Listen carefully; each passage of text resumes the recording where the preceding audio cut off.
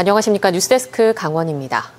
지난달 말 석탄공사 태백 장성광업소에 이어 1년 후 삼척 도계광업소가 문을 닫게 되면서 거주민 이탈과 경기 침체가 커지고 있습니다. 대체 산업이 마련될 때까지 버티기 위한 고용 위기 지역 지정이 추진 중인데 최종 심사를 앞두고 전문가들의 현지 실사가 진행됐습니다. 김영호 기자가 보도합니다. 태백과 삼척의 석탄공사 광업소 폐광으로 예상되는 실업자 수는 2,000명 이상입니다. 지역 총생산 감소 규모는 태백시 13.6%, 삼척시는 9.6%로 전망됩니다. 전문 연구기관에 따르면 5년 동안 예상되는 경제적 피해액은 태백시 3조 3천억 원, 삼척시는 5조 6천억 원입니다.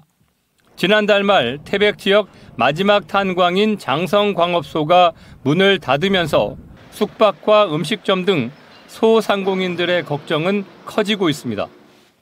꽤 많은 업소가 문을 닫을 준비를 하고 있습니다. 그냥 광업소가 폐광이 됐기 때문에 지역에서 장사하고 있는 소상공인들도 마찬가지로 다 어떻게 해야 되나.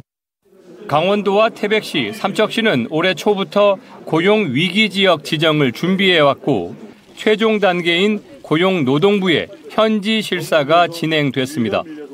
산업과 경제 분야 전문가로 구성된 실사단은 먼저 태백시를 찾아 질의응답을 하고 폐광의 영향을 받고 있는 장성 중앙시장을 둘러봤습니다. 실사단은 1년 후 도계광업소 폐광이 예정된 삼척 도계 지역도 방문했습니다. 삼척시는 석탄산업 의존도가 높아 폐광으로 인구 이탈이 가속화될 수 있다며 선제적인 고용 위기 지역 지정을 바라고 있습니다. 2천여 명 됩니다. 경동, 석공하면은 그럼 2,000명 되면 7,500명 됩니다. 학생 수도 학령 인구 줄어들죠. 거기다가 이제 가족까지 줄어들죠. 소상공인이 여기 이제 지역을 떠난다. 그러면 심각합니다. 지금. 일개 면 이하의 인구가 나올 수가 있어요. 고용 위기 지역 지정을 위해서는 객관적 지표가 중요합니다.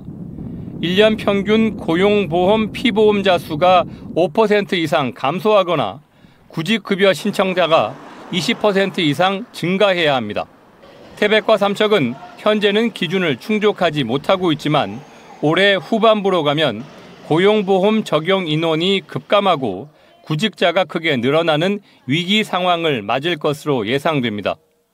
올해 7월 달이 되면 416분에 대한 이제 그 지표가 나와서 1항, 2항, 그다음에 9월 달이 되면 3항이 이제 충족을 하게 됩니다. 고용노동부에서 고용위기 지정을 좀 선제적으로 지정을 해주신다고 하면 고용 위기 지역은 고용 상황이 악화되거나 고용 감소가 확실시되는 지역을 지정할 수 있는데 구직 급여와 생계비, 전직 창업 지원 등 연간 300억 원 규모의 국비가 지원됩니다. 삼척과 태백에 대한 고용 위기 지역 지정 여부는 오는 9월을 전후에 결정될 예정입니다. MBC 뉴스 김영호입니다.